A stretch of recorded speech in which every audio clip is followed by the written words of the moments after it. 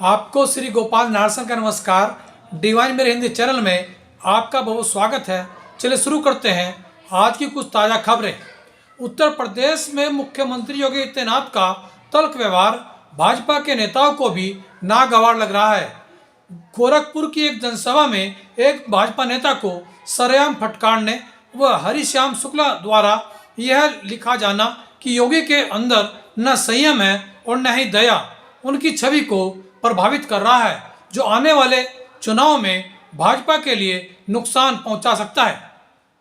उत्तराखंड में आंगनवाड़ी सुपरवाइजर पद के लिए आंगनवाड़ी कार्यकर्तियों व सहायिकाओं से आवेदन मांगे गए हैं, जिसकी अंतिम तिथि 5 दिसंबर नियत की गई है।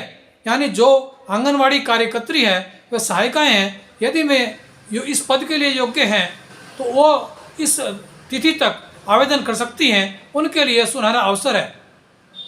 कांग्रेस महासचिव प्रियंका गांधी ने कहा कि पिछले 5-6 सालों में मुरादाबाद का कारोबार 2000 करोड़ रुपए घट गया है और 3 लाख कारीगरों का रोजगार भी खत्म हो गया है। अपनी ससुराल में देरी से आने के लिए माफी मांगते हुए उन्होंने उत्तर प्रदेश में सरकार आने पर 20 लाख लोगों को रोजगार देने का वायदा भी किया। केंद्रीय गृह मंत्री अमित शाह ने सहारनपुर में एक विश्वविद्यालय का शिलान्यास करते हुए कहा कि उत्तर प्रदेश में माफिया राज खत्म हो गया है, जबकि अखिलेश यादव को विकास के कोई काम नहीं दिखते। उन्होंने कहा कि उन्हें चश्मा बदलने की आवश्यकता है। अमित शाह ने अखिलेश यादव पर निशाना साधा और कहा कि जो विकास भाजपा ने किए हैं वे अखिलेश यादव को नजर नहीं आते। माँ किसी भी रूप में प्यार करे वह प्यार ही होता है। एक माँ एयरपोर्ट पर अपने बेटे से बहुत दिनों बाद मिली तो माँ ने बेटे पर चप्पलें बरसाकर अपना प्यार दर्शाया, तो बेटे ने गुलदस्ता देकर माँ का स्वागत किया। रुड़की में विद्युत विभाग का उपभोक्ताओं की तरफ 6 करोड़ 40 लाख रुपए बकाया है।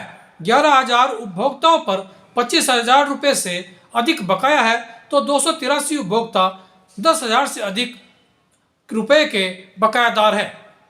विभाग ने उपभोक्ताओं से वसूली का अभियान शुरू कर दिया है। वहीं हर रोज जो उपभोक्ता भुगतान नहीं कर रहे हैं 50 कनेक्शन प्रतिदिन काटे जा रहे हैं। हालांकि विद्युत विभाग ने 31 मार्च तक सरचार्ज माफ करने का भी वायदा किया है।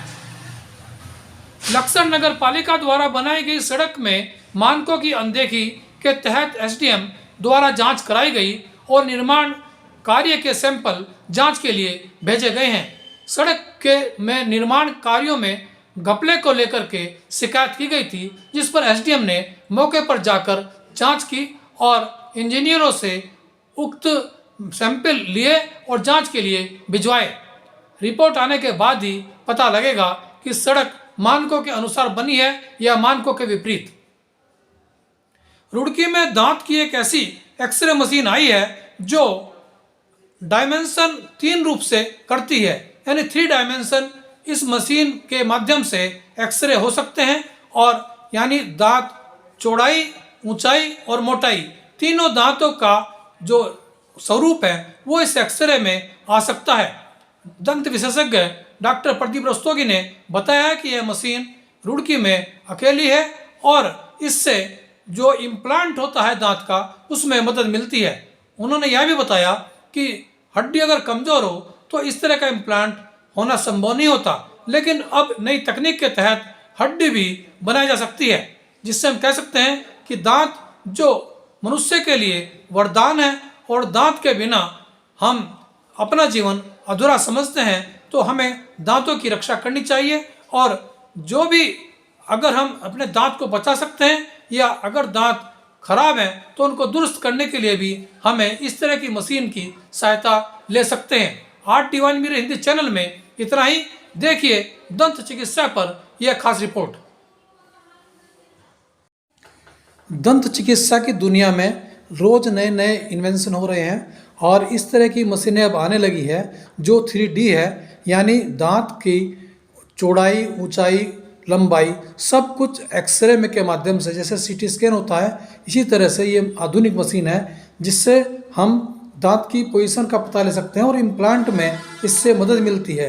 हम जानते हैं आज हमारे साथ डॉक्टर हैं प्रदीप रस्तोगी जी कि वास्तव में ये मशीन किस तरह की और किस तरह से काम करती है। डॉक्टर साहब, आपका डिवाइन मैन चैनल में स्वागत है और मैं पूछना चाहूँगा कि जो मशीन है ये किस तरह से काम करती है और ये कहाँ पर उपलब्ध है, या रुड़की में केवल आपके पास है या कहीं और भी?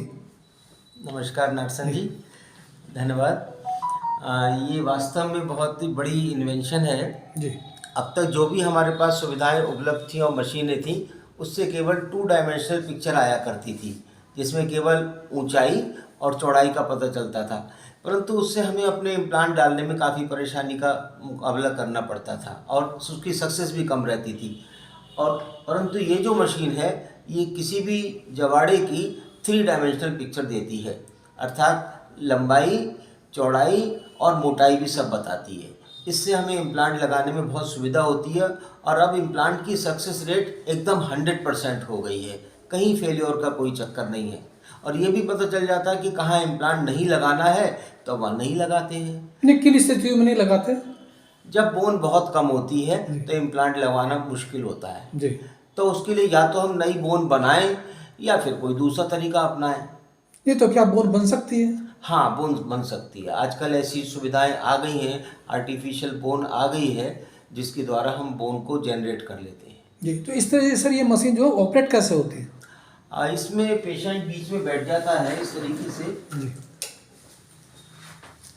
और मशीन उसके चारों तरफ घूमती है। जी जी। अगर आप चाहें तो हम इसको ऑपरेट करके दिखा सकते हैं। जी जी।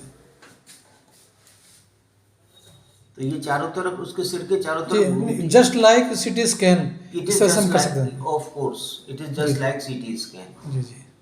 तो निश्चित रूप से ये दंत चिकित्सा के क्षेत्र में एक नया एक कह सकते हैं अध्याय जुड़ा है, जो हम सुगमता के साथ दांत की पोजीशन को पता लगा करके इम्प्लांट कर सकते हैं। और जैसा डॉक्टर साहब बता रहे हैं कि इससे हड्डी भी जो बनाई जा सकती है। और बहुत बड़ी बात है ये कि हमारे साथ ये टेक्नीशियन भी हैं जितेंद्र कुमार जी, जो ये इस मशीन को चलाते हैं, तो ये बहुत बड़ी बात है।